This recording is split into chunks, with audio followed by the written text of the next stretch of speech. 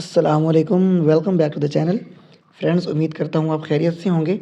ये पार्ट 10 है ज़िलादार के 2020 वाले पेपर का, और इसमें हम लास्ट 10 क्वेश्चंस को डिस्कस करेंगे। इस वीडियो में हम एक्चुअली डिस्कस करने वाले हैं उर्दू का पोर्शन, लेकिन उर्दू का पोर्शन इंग्लिश में टाइप किया जाएगा बिकॉज ऑफ सम प्रॉब्लम, तो मैनेज कीजिएगा। चलिए फिर स्टार्ट करते हैं। क्वेश्चन नंबर 91 इज़, लफ्ज़ क़िल्लत का मुतज़ाद क्या है? क़िल्लत क़ाफ से होता है, कैंची कलम वाले से, और इसका जो मुतज़ाद है, इसका उल्ट है, वो कसरत है। काफ, फे, रे और ते, कसरत। जी नेक्स्ट क्वेश्चन, सरे वादी सीना किसका मजमूआ कलाम है? तो सरे वादी सीना फैज़ अहमद फैज़ साहब का मजमूआ कलाम है, और फैज़ अहमद फैज़ को 1951 में रावलपिंडी कॉन्स्पिरेसी केस में अरेस्ट भी किया गया था। ये मेजर जनरल जो अकबर ख़ान साहब थे, उनके साथ फैज़ अहमद फैज़ साहब को भी अरेस्ट किया गया था। ये पहले जो वज़ीर आज़म थे, उनको गिराने की साजिश का मामला था, और इसमें जो director general of the military intelligence थे, मेजर जनरल अकबर ख़ान साहब, उनको भी अरेस्ट किया गया था, और बहुत से और लोगों को भी अरेस्ट किया गया था, और साथ में फैज़ अहमद फैज़ साहब को भी अरेस्ट किया गया था। ये क्वेश्चन भी मोस्ट रिपीटेड है कि who was arrested in Rawalpindi conspiracy case, तो वो थे फैज़ अहमद फैज़ साहब। नेक्स्ट क्वेश्चन, पिल पड़ना मुहावरा है, इसका मतलब क्या है? पिल पड़ना का मतलब होता है हमला करना या टूट पड़ना अचानक से।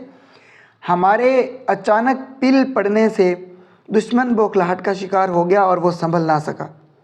नेक्स्ट क्वेश्चन, वो फ़ेल जिसमें ज़माना हाल और मुस्तक़बिल दोनों ज़मानों के मानी निकलते हों कहलाता है? तो इसका करेक्ट आंसर है फ़ेल मज़ारे। फ़ेल मज़ारे ऐसा ज़माना होता है जिसमें ज़माना हाल और ज़माना मुस्तक़बिल दोनों ज़मानों के मायने निकलते हैं। नेक्स्ट क्वेश्चन, औस पढ़ना मुहावरा है, इसका मफ़हूम क्या है? औस पढ़ना कहते हैं मायूसी छा जाना, मायूसी की कैफियत या मायूसी की हालत, तो औस पढ़ना यानी मायूस हो जाना। नेक्स्ट क्वेश्चन, कौन सी ज़रबुल मिसल दुरुस्त है? तो ऑप्शंस में दिया हुआ था, ऑप्शन ए समंदर में रहना और मगरमच्छ से बैर, ऑप्शन बी झील में रहना और मगरमच्छ से बैर, ऑप्शन सी दरिया में रहना और मगरमच्छ से बैर, ऑप्शन डी तालाब में रहना और मगरमच्छ से बैर।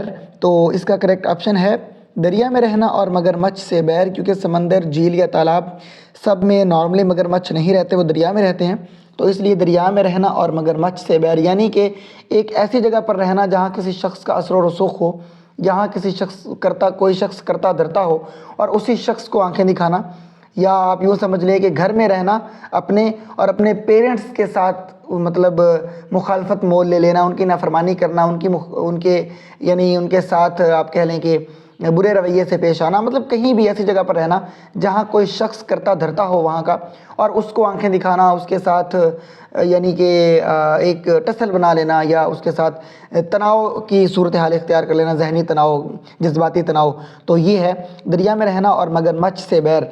इसका मतलब है कि यानी आप कह रहे हैं कि क्लास में भी रहना किसी सब्जेक्ट टीचर की, और उस टीचर के साथ दुश्मनी पाल लेना वगैरह वगैरह इसी तरह। तो ये दुरुस्त ज़रबुल मिसल है, दरिया में रहना और मगरमच्छ से बैर। बाकी तीनों ऑप्शंस समंदर, झील और तालाब गलत हैं। नेक्स्ट क्वेश्चन, हार्ट अटैक किस शायर की नज़म है? तो हार्ट अटैक फैज़ अहमद फैज़ साहब की नज़म का नाम है। नेक्स्ट क्वेश्चन 98, शेर पूछा हुआ था कि ये किस शायर का शेर है? तो शेर मैं आपको पढ़कर सुना देता हूँ, टाइपिंग में प्रॉब्लम की वजह से टाइप नहीं किया। शेर दिया हुआ था, मैं अकेला ही चला था जानिबे मंजिल मगर, मैं अकेला ही चला था जानिबे मंजिल मगर, लोग साथ आते गए और कारवां बनता गया। मदरजा झैल शेर किसका है? तो इसके शायर का नाम है मजरूह सुल्तानपुरी। मजरूह सुल्तानपुरी साहब का ये शेर है। जी नेक्स्ट क्वेश्चन, ईंट, दरख्त, चट्टान, पहाड़ वग़ैरह के अल्फाज क़वाइद की रूह से क्या हैं?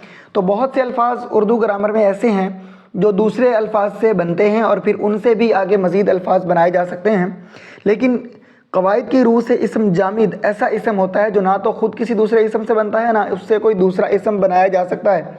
जैसे अगर हम इस ईंट से हम ईंटना नहीं बना सकते, तामीर से तामीर करना बना सकते हैं, اور اسی طرح سے درخت سے ہم درختنا نہیں بنا سکتے، نہ درخت کسی دوسرے لفظ سے مل کر بنا ہے یا اس سے نکلا ہے، تو اس طرح کے الفاظ اسم جامد کہلاتے ہیں۔ اور یہ منجمد کے نام سے بھی ہے کہ چیزوں کے نام، یعنی کنکریٹ ناؤنز جو ہوتے ہیں، یا پہاڑ، اینٹ، درخت، چٹان وغیرہ، تو یہ سارے اس طرح کے اسم اردو گرامر میں، اردو قواعد میں اسم جامد کہلاتے ہیں۔ جی next question number 100، the last question of this paper, Akhtar Husain Raipuri کا تعلق کس ادبی تحریک سے تھا؟ تو اختر حسین رائے پوری صاحب کا تعلق ترقی پسند تحریک سے تھا۔ ان کے ساتھ ساتھ ایک اور کویسچن پوچھا جاتا ہے اسی طرح سے کہ اختر شیرانی کا تعلق کس ادبی تحریک سے تھا؟ تو اختر شیرانی کا تعلق رومانوی تحریک سے تھا ادب میں۔ یہ تھے ہمارے 100 کویسچنز اس پیپر کے۔ امید کرتا ہوں کہ آپ کے لیے ہیلپ فل رہا ہوگا، انفارمیٹیو ہے۔